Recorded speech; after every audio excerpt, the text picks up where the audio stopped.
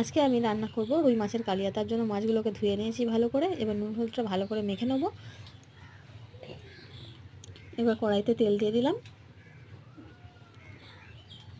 কড়াইয়ে তেলটা গরম হয়ে গেছে। এবার এক এক করে মাছগুলোকে সবকটা ছেড়ে দেবো। দেখো তেলটা খুব সুন্দর হয়েছে, তার জন্য দেখো কি সুন্দর হচ্ছে।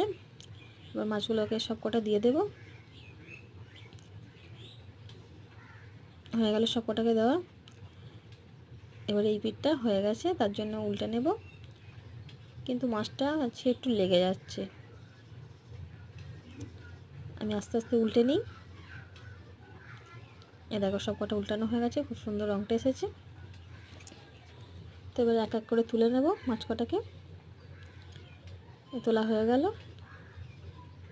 এবার ওই তেলের মধ্যে একটা শুকনো লঙ্কা, একটা তেজপাতা, জিরে, এলাচ আর দারচিনি ফোড়ন দিয়ে দিলাম।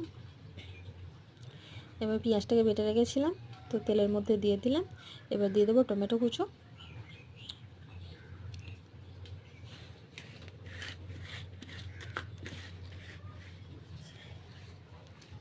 এবার দিয়ে দে রসুন বাটা,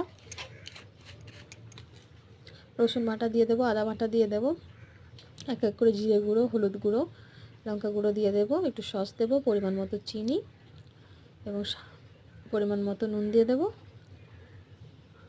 একটু জল দিয়ে ভালো করে কষিয়ে নেবো মশলাটাকে।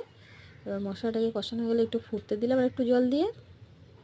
তো এইবার আমার ভেজে রাখা মাছগুলো ওর মধ্যে দিয়ে দেব, দিয়ে ফুটিয়ে নামিয়ে নেব। তাহলেই আমার রেডি হয়ে যাবে রুই মাছের কালিয়া। প্লিজ বন্ধুরা তোমরা সাথে থেকো, পাশে থেকো।